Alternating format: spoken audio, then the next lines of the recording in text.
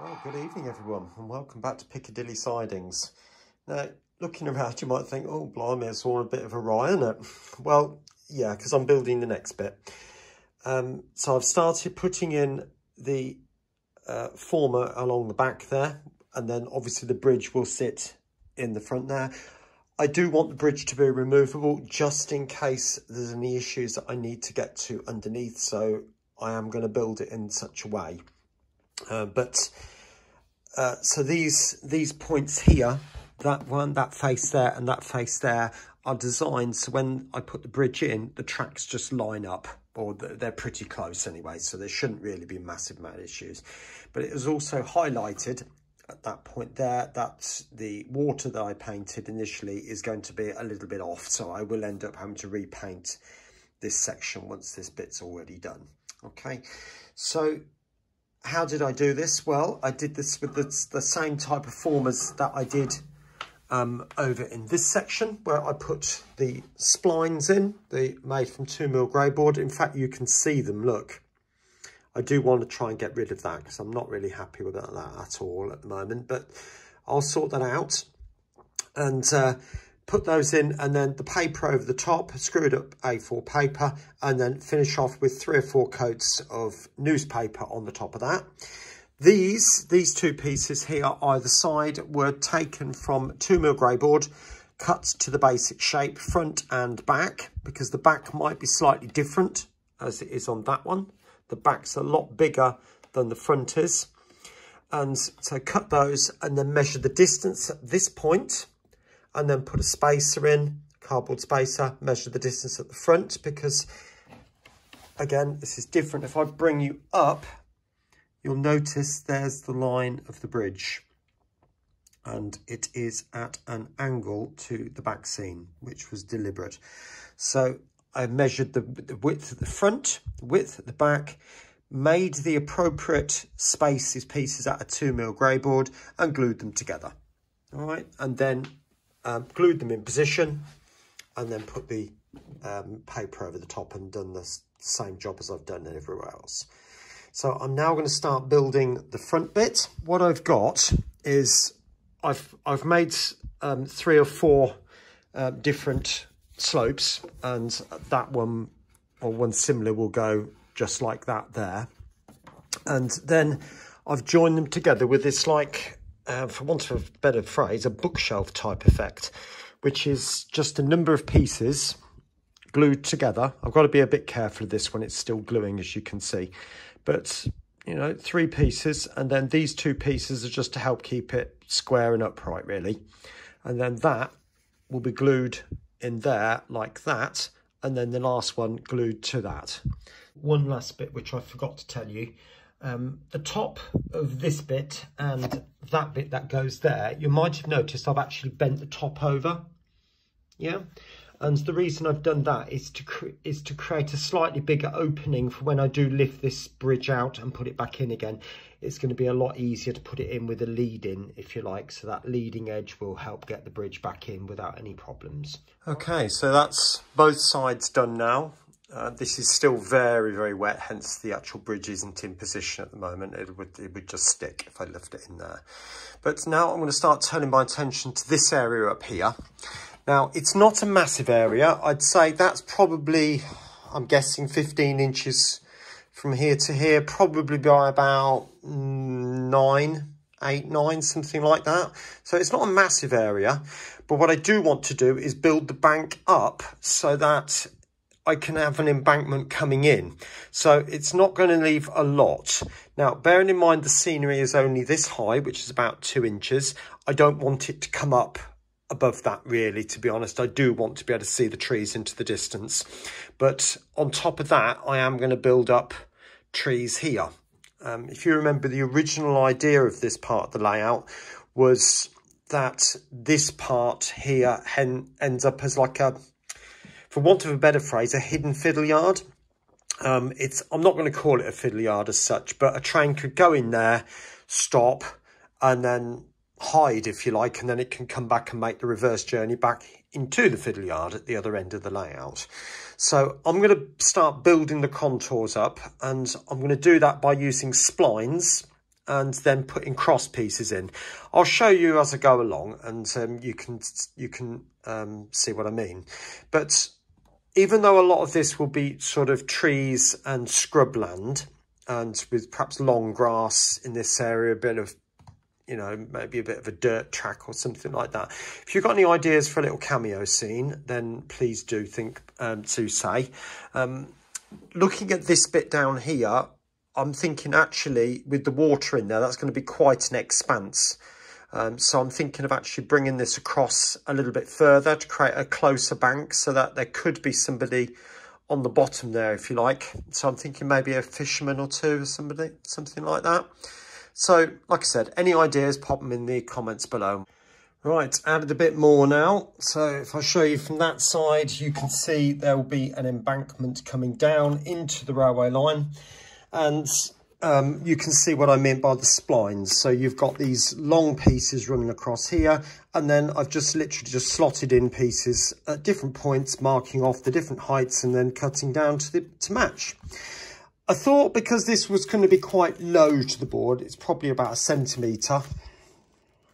I thought I'd just use a piece of newspaper. I'm kind of regretting it now because it's not filling the area very well, but like I said before, I can't really use an awful lot more because I want to use that for the covering. So I might just cover that with some tape, masking tape, and then papier-mâché over the top of that. I'm going to leave that to set a little bit. So the next time you see it will be when I've covered it now, and then we'll go to the platforms and then have a look and see what we're doing with that. Right, so I'm going to start turning my attention to the platforms. This one, I'm quite happy with that, pretty much as it is, to be honest, because I want this to be replicating the tarmac as it's all coming up and in a right old state. But the other platform, you can see it's all ripply where I put, when I run it along the edge, but that is not acceptable. So I'm going to fill in the dips and then run along it with a straight edge. Right, I don't quite know what was going on there, but my agent I started this and I started recording it, and then my agent decides to phone me. So I was actually in the middle of filming it and telling you what I was doing, but I've actually had to carry on because I couldn't leave this to dry off. So, but anyway, what I'm doing is I've put the surface I put more filler over the top to try and level out the platform, and hopefully it does look an awful lot better. You've got the lamp shining across it there, and it does look an awful lot straighter than what it did. Now, what I've done now is taken a very fine car sponge, as you can see there, and I've just torn a bit off. So there's a rough side and obviously a very smooth side. Now I'll use that clean bit there, but what I'm doing is literally just wetting the sponge in water and then literally just going over the top like so, just to smooth that off. Like that, because tarmac does have a texture in it. Okay, now I wouldn't do this in N gauge, but I think 00 is probably big enough. Now I do want to distress parts of it, but not yet, because I want it to dry and set. Right, I'm now ready to start painting the platform. Now you can see it's not perfect, and to be honest with you, I don't want it to be. It is a lot flatter. Again, it's not perfect from that, but you can see there is a texture in it, and it's quite coarse here. For a 00 gauge person there, that would be quite coarse, but I don't want it perfect because I want to use some of these imperfections to create some crazing in the tarmac, and I'll show you that in a bit. But the first job is to basically paint it. Which I'm going to use some of this neutral grey, which I had before. So I'll get the whole of that painted, and also this path all the way up to the end there. And then it's a load of dry brushing, which I'll show you in a bit. Okay. Right, so I'm just going to add a little bit of white now. It's literally just a case of rubbing it in and going with a little bit of black.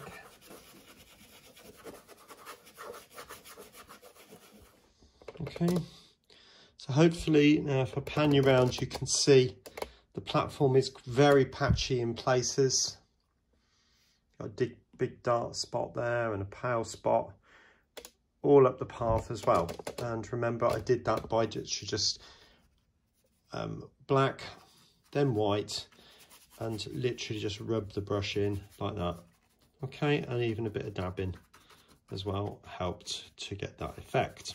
Because it's old tarmac, what I don't want is for it to look absolutely perfect. But on the other hand, I don't want this platform to be unsafe, whereas I do want that other platform, the one just here, to be unsafe. So what I am going to do is I'm literally just going to pick out the surface with the scalpel.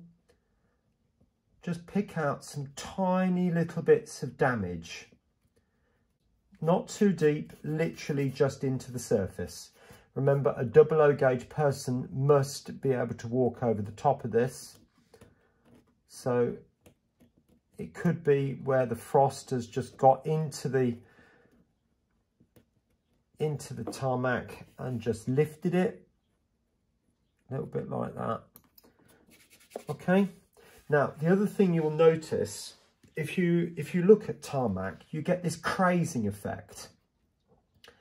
So I'm literally just going to create a load of cracks going around it. For want of a better phrase, like a random grid effect. Hopefully you can see what I'm doing there. And that's why I'm using the blade. Okay, so you can see a little bit of what I've done there. And if I rub that off, oops, sorry about that jolt, you can see the crazing effect. Now, the next thing I want to do is to run along the edge of the platform next to the slate or the slabs. So I've done one bit, but what I'm going to do is put my finger against the edge of the platform as a guide. Hopefully you can see what I'm doing. So I'm holding the blade against the rest of my hand and sort of using my finger as a guide to try and stay in line with the edge of the slabs.